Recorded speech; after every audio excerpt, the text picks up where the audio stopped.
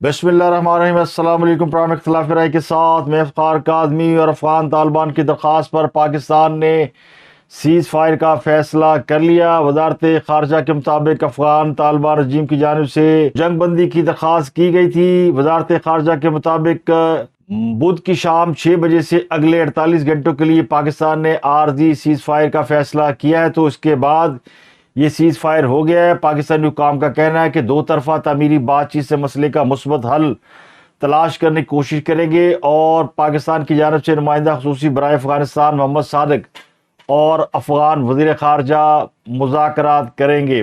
تو بظاہر 48 گھنٹوں کے لیے، جس میں چند گھنٹے گزر چکے ہیں، پاکستان اور افغانستان کے درمیان جھڑپوں کا سلسلہ عارضی طور پر روکا گیا ہے۔ اب یہ روکا کیسے گیا، سیز فائر کیسے ہوا، کیا یہ جنگ تھی یا صرف جھڑپیں تھی؟ تو کہنے والے کہتے ہیں کہ جنگ تو ابھی باقاعدہ شروع نہیں کی گئی۔ افغانستان کی جانب سے پاکستان کو انگیج کرنے کی جو کوشش کی گئی، اس کا پاکستان نے جواب دیا۔ تو اب سوال یہ کہ یہ سیز فائر کیسے ہوا؟ کیا پاکستان نے صرف افغانستان کی درخواست پر جنگ بندی قبول کی؟ تو ایسا نہیں ہے۔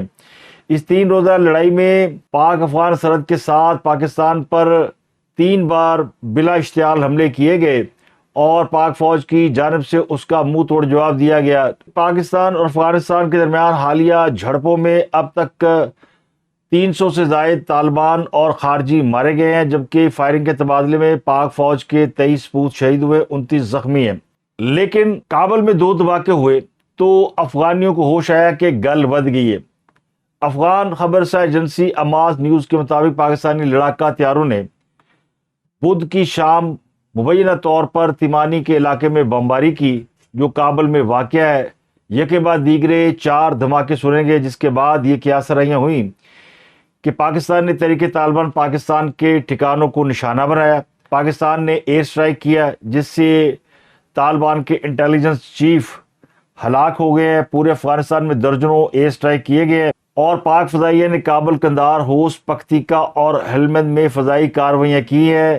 داعش، خراسان اور طالبان رجیم کے لوگوں کو ٹھکانے لگا دیا، جبکہ کالعدم TTP کو بھی بری طرح روسٹ کر دیا گیا۔ تو یہ ساری اطلاعات جو ہے وہ پچھلے 24 گھنٹوں سے زیر گردش ہے، جبکہ اطلاعات یہ ہے کہ پاکستان نے کابل میں نور ولی مسعود کو نشانہ بنانے کے لیے اٹیک کیا، نہ کہ طالبان انٹیلیجنس چیف ملا عبدالحق کو۔ تو ملا عبدالحق کی ہلاکت کے حوالے سے کوئی معتبر خبر یا تصدیق نہیں ہے، لیکن یہ خبر درست ہے کہ کابل میں کالعدم TTP کے ٹھکانوں پر حملہ ہوا ہے۔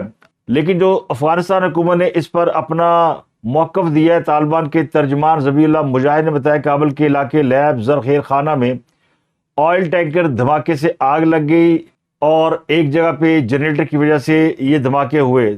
اس کا تعلق کسی بیرونی حملے سے نہیں ہے، لیکن جو عینی شاہدین ہیں ان کے مطابق افغان دارالحکومت میں ایمبولینسیں سڑکوں پر دوڑتی نظر آئیں، جبکہ طالبان سیکورٹی فورسز نے شہر کے مرکزی حصے کو گھیرے میں لے لیا۔ کابل کے ہسپتال زخمیوں سے اور مرنے والوں سے بھر گئے ہیں۔ دھماکوں کی آوازیں دور دور تک سنی گئی، اور کالا دھواں آسمان کی طرف اٹھتا دکھائی دیا۔ دھماکے اتنے زوردار تھے کہ قریبی عمارتوں کے شیشے ٹوٹ گئے، جو زمین پر بکھرے ہوئے پائے گئے۔ اس کے بعد کچھ ویڈیوز بھی سامنے آئیں جس میں ایک بڑا لیوش قسم کا گھر تباہ ہوتا دکھایا گیا، جو جنریٹر پھٹنے سے، تو بہرحال اتنا بڑا گھر اور مضبوط گھر تباہ نہیں ہوتا، چونکہ افغانیوں کے حملوں کو اب بھارت کی پشت پناہی حاصل ہے، اور افغانستان بھارت کی پراکسی وار لڑ رہا ہے۔ تو اب انڈین جو ہے وہ افغانیوں کے روپ میں سوشل میڈیا پر پرچار کر رہے ہیں کہ پاکستان نے کوئی حملہ نہیں کیا، بلکہ افغانیوں نے پاکستان پر بڑے زبردست حملے کیے ہیں۔ تو ابھی کابل میں صرف ٹریلر ہی چلا تھا کہ پیشاب نکل گیا۔ فوری 2 ممالک سے رابطے کیے گئے، قطر سے، سعودی عرب سے، اور دونوں نے پاکستان سے رابطہ کیا، اور درخواست کی گئی کہ ہاتھ ہولہ رکھو، بس بہت ہو گیا۔ تو جواب دیا گیا کہ چونکہ 2 ممالک کی ریکویسٹ ہے، تو اس کے لیے پروٹوکول یہ کہ افغانی باضابطہ درخواست کریں، جس کے بعد افغانستان کی جانب سے سیز فائر کی باقاعدہ درخواست کی گئی۔ انڈیا نے شور مچا رکھا تھا کہ پاکستان کی جانب سے سیز فائر کی درخواست کی گئی ہے، تو انڈین سالے خود تو مرے تھے، افغانیوں کو بھی ذلیل کروا دیا، خود بھی سیز فائر کر کے بھاگے تھے، اور پھر دنیا میں بدنام ہوئے۔ تو انہوں نے سوچا ہم اکیلے کیوں رہے، تو اب افغانی بھی سیز فائر کر کے بھاگنے والوں میں شامل ہو گئے۔ تو اب پاکستان نے مستقل جنگ بندی سے انکار کیا. باقاعدہ اس بات کو اناؤنس کیا گیا کہ یہ جنگ بندی صرف 48 گھنٹوں کے لیے ہے. تھوڑی سی بھی ہینکی پھینکی ہوئی تو جو ٹریلر کابل میں چلا ہے اس کے بعد پوری فلم افغانستان میں چلے گی. تو ابھی صرف بات جھڑپوں تک ہے, جنگ تک نہیں پہنچی. تو یہ تھے کابل سے سماچار. لیکن دوسری طرف خبر یہ کہ طالبان نے یہ اعلان کیا کہ ایک مبینہ قاتل کے خلاف جمعرات کی صوبہ بادغیس کے دارالحکومت قلعہ نو کے اسپورٹس اسٹیڈیم میں قصاص کیا جائے گا. قصاص طالبان کے انتقام کی ایک شکل ہے جہاں مجرم کو سرعام گولی ماری جاتی ہے. تو انڈین میڈیا اس پر یہ دعویٰ کر رہا ہے کہ طالبان پاکستانی فوجیوں کا قتل عام کر سکتے ہیں. اس بات میں کوئی حقیقت نہیں ہے. پاکستان کی جانب سے کوئی ایسا کلیم نہیں کیا گیا کہ کوئی پاکستانی فوجی طالبان کی تحویل میں ہے. لیکن اگر ایسا ہوتا ہے تو پھر یہ سیز فائر 48 گھنٹے تک قطعی نہیں رہے گا. دوسرا, پاکستان نے اس صورتحال کو محسوس کرتے ہوئے کہ یہ سیز فائر ختمی یا لمبا نہیں ہو سکتا کیونکہ اس کی بہت ساری وجوہات ہیں.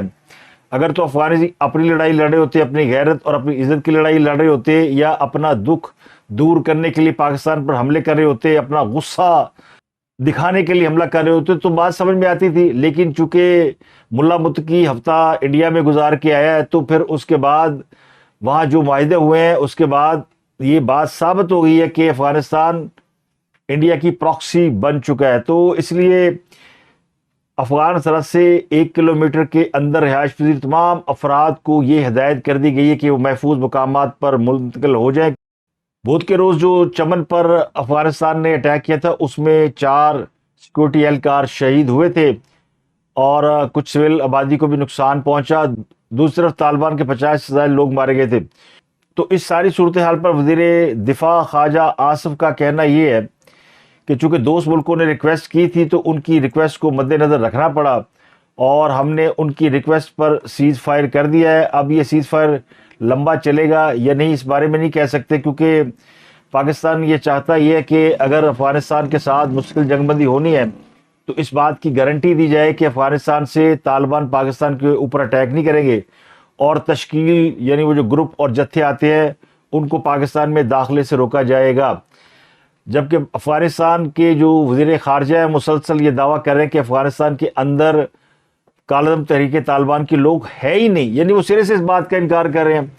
تو اب پاکستان اور سعودی عرب کا چونکہ دفاعی معاہدہ ہے اور اس دفاعی معاہدے کے تحت سعودی عرب بھی اس معاملے میں انٹروین کر رہا ہے اور چین نے بھی اس پہ ناراضگی کا اظہار کیا ہے. لیکن جو ذرائع ہیں وہ کہتے ہیں کہ اس بار افغانی جو ہے وہ مکمل طور پر انڈیا کے نرغے میں جا چکے ہیں اور پاکستان کی مغربی سرحد کو انگیج کرنے کی جو پلاننگ ہے اس پر وہ دوبارہ عمل کریں گے. لگتا یوں ہے کہ یہ معاملہ ابھی چلے گا, یہ رکے گا نہیں کیونکہ طالبان کی گارنٹی دینے کے لیے نہ سعودی عرب تیار ہوگا, نہ قطر تیار ہوگا, نہ کوئی اور ملک تیار نظر آتا ہے.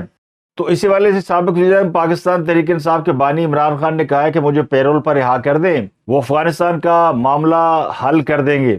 تو خان صاحب کی یہ پیشکش کہ انہیں پیرول پر رہائی مل جائے جس کے بعد پاکستان اور افغانستان کی جنگ وہ بند کرا دیں گے. اب سوال ہے کہ عمران خان کس بنیاد پر یہ دعویٰ کر رہے ہیں کہ وہ پاکستان اور افغانستان کے درمیان امن کرا دیں گے جبکہ اس جنگ اور اس لڑائی کے پیچھے واضح طور پر انڈیا کا ہاتھ نظر آتا ہے. تو کیا خان صاحب کی انڈیا اور افغانستان کے ساتھ, تو اس سے بڑا لطیفہ اور کیا ہو سکتا ہے کہ جو شخص اپنی اہلیہ اور وڈی اپا حلیمہ خان کی لڑائی ختم نہیں کرا سکا, صلح نہیں کرا سکا, وہ 2 ممالک کی لڑائی ختم کرائے گا. تو کل تک خان صاحب کا مطالبہ یہ تھا کہ اسٹیبلشمنٹ ان سے بات کرے, آرمی چیف ان سے بات کریں. اب وہ مذاکرات سے شروع ہونے والی بات پیرول پر رہائی تک آ گئی ہے. یعنی خان صاحب گنڈا پور کی علیمہ خان سے صلح نہیں کرا سکے, علیمہ خان کی مشال یوسف سی سے صلح نہیں کرا سکے, گنڈا پور کی شہرام ترکئی اور عاطف خان سے صلح نہیں کرا سکے, یہ بھائی صاحب اپنی فوج سے اپنی صلح نہیں کرا سکے, تو افغانستان سے صلح کرائیں گے. اچھا کرا بھی سکتے ہیں, جب ان کو پاکستان میں لا کر آباد کر سکتے ہیں تو صلح بھی کرا سکتے ہیں.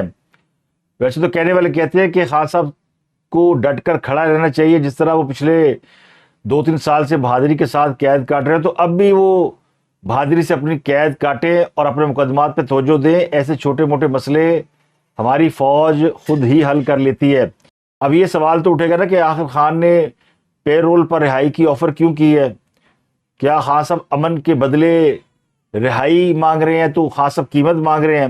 بعض لوگ کہہ رہے ہیں کہ وہ فوج کو فیس سیونگ دے رہے ہیں کیونکہ وہ ایسا وزیر اعلیٰ لائے ہیں اور فوج کو بتانا چاہتے ہیں کہ دیکھو ایسا بندہ لائے ہوں جو اینٹ سے اینٹ بجا دے گا، تو بہتر ہے مجھ سے صلح کر لو۔ اب خان صاحب کا معاملہ ہے کہ عدالت سے انہیں سزا ہے، وہ سزا عدالت ختم کر سکتی ہے اور کوئی ختم نہیں کر سکتا، نئی سزا دینے کی بالکل تیاری ہے۔ تو اس پر وہ خود کو پے رول پر رہائی کی پیشکش کر رہے ہیں، یعنی اپنے منہ آ میاں مٹھو۔ خان صاحب نے شاید یہ سمجھ لیا کہ انہوں نے وزیر اعلیٰ لا کر جو کنفرنٹ کیا ہے اس کی وجہ سے فوج کو وہ دباؤ میں لے آئے ہیں، اور فوج کے حوالے سے بھی ان کا بیان بڑی حد تک تبدیل ہوا ہے۔ اور کل انہوں نے یہ بیان دیا تھا کہ ان کی فوج سے کوئی دشمنی نہیں ہے، فوج بھی میری ہے، ملک بھی میرا ہے، عوام بھی میری ہے، میرے خاندان کے کئی لوگ فوج سے تعلق رکھتے ہیں۔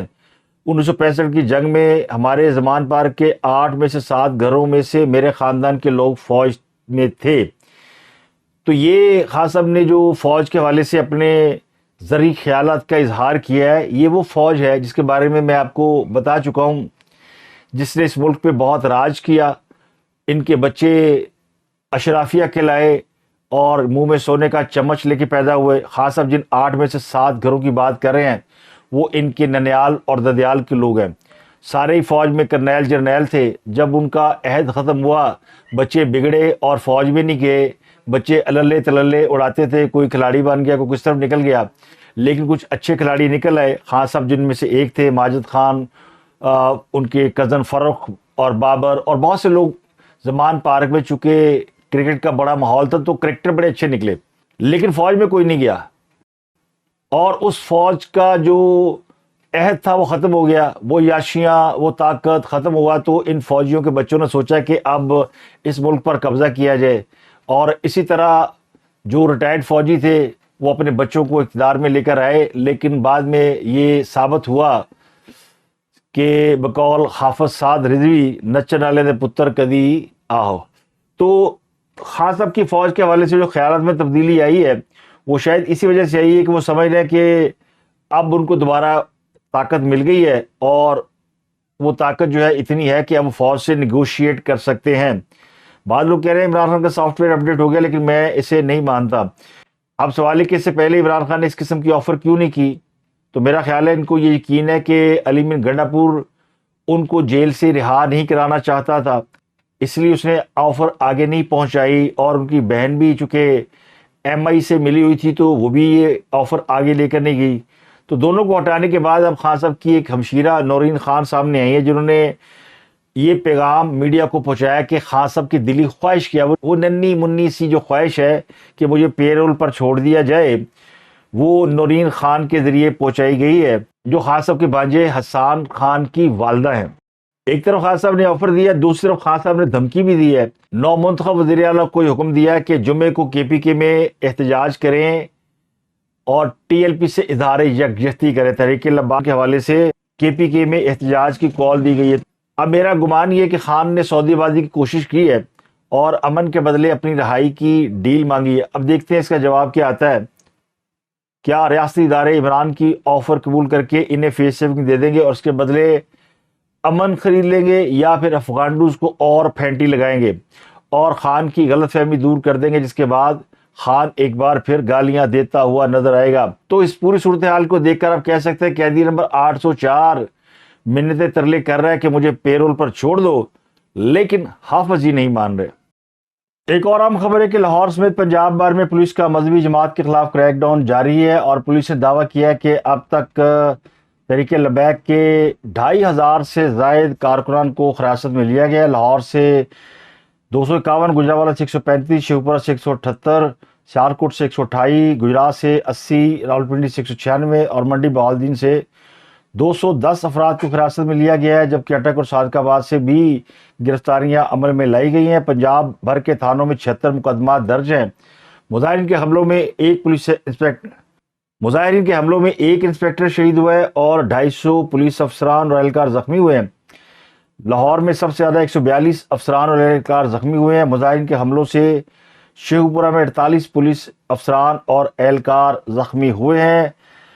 برید میں پولیس نے کریک ڈاؤن کے دوران احتجاج کرنے پر 253 افراد کو گرفتار کیا، جبکہ مزید گرفتاریوں کے لیے جیو فینسنگ مکمل کر لی گئی ہے۔ کلوز سرکٹ فوٹیجز کا تجزیہ کیا جا رہا ہے اور پولیس نے اسپتالوں میں چھاپے مارنے شروع کر دیے ہیں اور زیر علاج زخمی کارکنوں کو گرفتار کرنے کا فیصلہ کیا ہے۔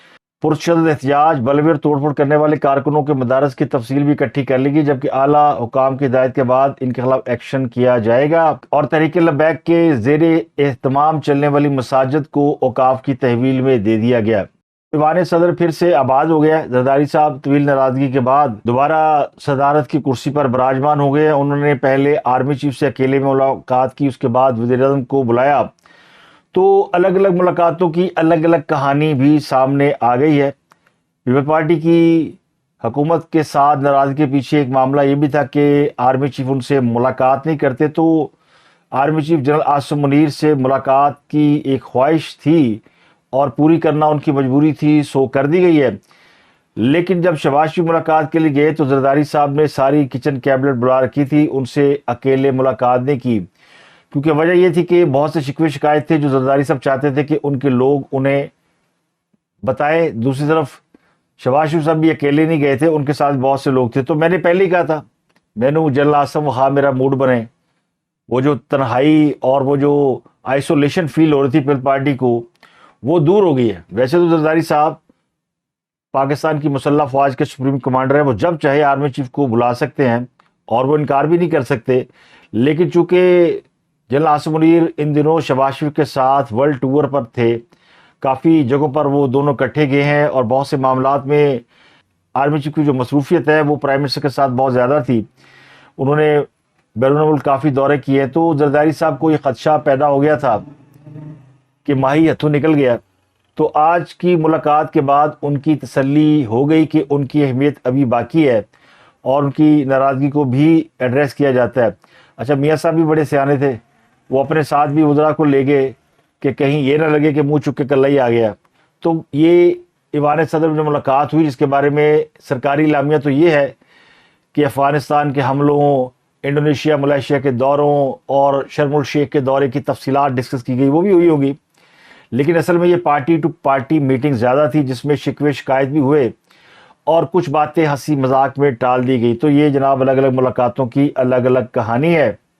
ایک اور بڑی اہم ڈیولپمنٹ جو ہوئی ہے کہ نو منتخب وزیر اعلیٰ خیبر پختونخوا سہیل آفریدی، جن کے بارے میں یہ دعوے کیے جا رہے تھے کہ ان کو حلف نہیں اٹھانے دیا جائے گا، وہ وزیر اعلیٰ نہیں بن سکتے، تو تمام تر رکاوٹوں اور تمام تر خدشوں کے باوجود وہ وزیر اعلیٰ کے عہدے کا حلف اٹھانے میں کامیاب ہو گئے۔ حلف لینے کے بعد دو کام انہوں نے کیے، ایک تو انہوں نے مراسلہ بھیجا ہے فیڈرل گورنمنٹ کو اور پنجاب گورنمنٹ کو کہ وہ عمران خان سے ملاقات کرنا چاہتے ہیں، تو اس لیے ان کی عمران خان سے ملاقات کے لیے انتظامات کیے جائیں۔ یعنی گنڈا پور صاحب بھی جب عمران خان سے ملنے آتے تھے تو اسی طرح ان کو پہلے درخواست کرنا پڑتی تھی۔ اب سوال یہ کہ کیا نو منتخب وزیر اعلیٰ کی عمران خان سے ملاقات کرا دی جائے گی؟ گنڈا پور صاحب تو یہ بہانہ بنایا کرتے تھے یا ان کا یہ شکوہ تھا کہ وہ بڑی کوشش کرتے ہیں لیکن ان کو ملاقات کی اجازت نہیں دی جاتی، اور جب آخری مرتبہ ان کو خان صاحب سے ملاقات کی اجازت دی گئی، جب 7 بجے خان صاحب کو اٹھایا گیا تو خان صاحب بڑے برہم ہوئے۔ خان صاحب کو صبح 7 بجے اٹھنے کی عادت نہیں ہے، تو اس کا نتیجہ کیا نکلا کہ انہوں نے لات مار کے گنڈا پور کو نوکری سے نکال دیا۔ تو اب سہیل آفریدی کی ملاقات بڑی ضروری ہے، بڑی اہم ہے، کیونکہ وزیر اعلیٰ بننے کے بعد وہ پہلی مرتبہ جا رہے ہیں، تو دیکھنا ہے کہ in good faith government Punjab ان کو الاؤ کرتی ہے یا گنڈا پور کی بات کو جسٹیفائی کیا جاتا ہے کہ جب گنڈا پور کو نہیں ملنے دیا گیا تو یہ سہیل آفریدی کس کھیت کی مولی ہے۔ تو بہرحال انہوں نے مراسلہ لکھ دیا ہے۔ اب جب سے گنڈا پور گئے ہیں 3-4 دن ہو گئے ہیں، نہ خیبر پختونخوا میں کوئی دہشت گردی کا واقعہ ہوا ہے، نہ بلوچستان میں کوئی دہشت گردی کا واقعہ نظر آتا ہے، نہ کسی پولیس ٹریننگ پر حملے، نہ کسی جعفر ایکسپریس کو ٹارگٹ کیا گیا۔ تو کیا انتظار کیا جا رہا تھا کہ نو منتخب وزیر اعلیٰ تشریف لائیں، لیکن انہوں نے آتے ہی بڑا دلچسپ کام کیا ہے۔ جو سب سے بڑا کام تھا ان کے نزدیک وہ یہ تھا کہ انہوں نے پی ٹی آئی کی خاتون کارکن سنم جاوید کی گرفتاری کا نوٹس لے لیا۔ وہ بیچاری کچھ دن پہلے غلطی سے کینٹ کے علاقے میں گھس گئی اور فوجیوں کو اس نے اپنا شناختی کارڈ دکھا دیا، جنہوں نے دیکھا کہ یہ تو بلاک ہے اور یہ وانٹڈ ہے، تو انہوں نے پولیس کو بلا کے ان کو گرفتار کرا دیا. اس کے بعد انہیں ڈنڈا ڈولی کر کے کوٹ لکھپت جیل پہنچا دیا گیا. انہیں چونکہ ایک مقدمے میں جو کہ 9 مئی سے ریلیٹڈ ہے 5 سال قید کی سزا سنائی گئی ہے اور انہیں سزا کے خلاف کوئی اپیل بھی نہیں کی تھی، تو اب وہ کوٹ لکھپت جیل میں اپنی ہمشیرہ فلک جاوید کے ساتھ ہے. تو سنم جاوید اور فلک جاوید کو لگتا ہے پی ٹی آئی والے بھول ہی گئے نے، لیکن سہیل افریدی نہیں بھولا. سہیل افریدی نے کہا جناب سنم جاوید برآمد کرائیں اور بے بتائیں کہ ہوا کیا، اور انہوں نے آئی جی پولیس خیبر پختونخوا کو بلایا اور ان سے کہا کہ مجھے واقعے کی تفصیل بتائیں، یہ سب کچھ کیا ہوا ہے، اور تمام پہلوؤں پر مشتمل جامعہ رپورٹ تیار کر کے وزیر اعلیٰ سیکریٹریٹ میں پیش کیا جائے. اب سنم جاوید کو ایک ہفتہ پہلے گرفتار کیا گیا تھا، اس کی ایف آئی آر گنڈا پور کے کہنے پہ کاٹی گئی تھی. تو مجھے لگتا ہے کہ سہیل افریدی کو یا جو اب لوگ گنڈا پور کی جگہ پہ آئے ہیں ان کو یہ شک ہے، یہ شبہ ہے کہ سنم جاوید کی گرفتاری میں گنڈا پور صاحب کا کوئی ہاتھ ہو سکتا ہے، یا اس وقت کی جو کے پی کی گورنمنٹ ہے ان میں سے کسی نے اس کی مخبری کر کے ان کو گرفتار کرایا. تو اسی کی تحقیقات کی جا رہی ہے، لیکن کمال نہیں ہو گیا. وزیر اعلیٰ آندے ہی نہ عوام کا خیال، نہ عوام دی روٹی پانی دا فکر، نہ افغانستان کے حملوں کا کوئی پتہ، اور میٹنگ کس پہ ہو رہی ہے؟ لا اینڈ آرڈر کی بجائے ان کو سنم جاوید کی کمی محسوس ہو رہی ہے، یعنی وہ بھی سنم جاوید کو مس کر رہے ہیں. تو کمال ہے، سنم جاوید اور فلک جاوید کے پاس کون سی گدڑ سنگھی ہے کہ سارے پٹھان پاگل ہوئے ہیں. ایک اور بڑی خبر جناب کہ حکومت نے پیٹرولیم مصنوعات کی قیمتوں میں کمی کر دی ہے اور باقاعدہ اس کا نوٹیفکیشن جاری کر دیا گیا ہے. پیٹرول کی قیمت میں 5 روپے 66 پیسے فی لیٹر کمی کی گئی ہے، جبکہ ڈیزل قیمت میں 1 روپیہ 39 پیسے اور لائٹ ڈیزل کی قیمت میں 2 روپے 74 پیسے کمی کی گئی، جبکہ مٹی کا تیل بھی سستا کر دیا گیا ہے اور مٹی کے تیل کی قیمت میں 3 روپے 26 پیسے کمی کی گئی ہے. تو عالمی مارکیٹ میں پچھلے 5 مہینوں سے تیل کی مسلسل گرتی ہوئی قیمتوں کے پیش نظر اس بات کا اندازہ تو ہو رہا تھا کہ پاکستان میں بھی تیل کی قیمت میں کمی ہوگی، اور میرے ذرائع کہہ رہے تھے کہ 6 روپے 10 پیسے کی پرپوزل تھی، لیکن جو نوٹیفکیشن جاری ہوا ہے وہ 5 روپے 66 پیسے کا ہوا ہے. لیکن میرا اپنا خیال یہ کہ یہ کمی کم از کم 15 سے 20 روپے فی لیٹر کے درمیان بنتی ہے. تو پیٹرول کی نئی قیمت 263 روپے 2 پیسے فی لیٹر مقرر کی گئی ہے، اور ہائی سپیڈ ڈیزل اب 275 روپے 41 پیسے فی لیٹر ملے گا، جبکہ لائٹ ڈیزل 162 روپے 76 پیسے دستیاب ہوگا. مٹی کے تیل کی نئی قیمت 181 روپے 71 پیسے فی لیٹر مقرر ہوئی ہے. تو موجہ کرو جناب، حاتم طائی زندہ باد. اب تک کے لیے اتنا ہی، آپ سے ملاقات ہوتی ہے اگلے ولاگ میں. اپنا گردنواں بہت خیال رکھیے.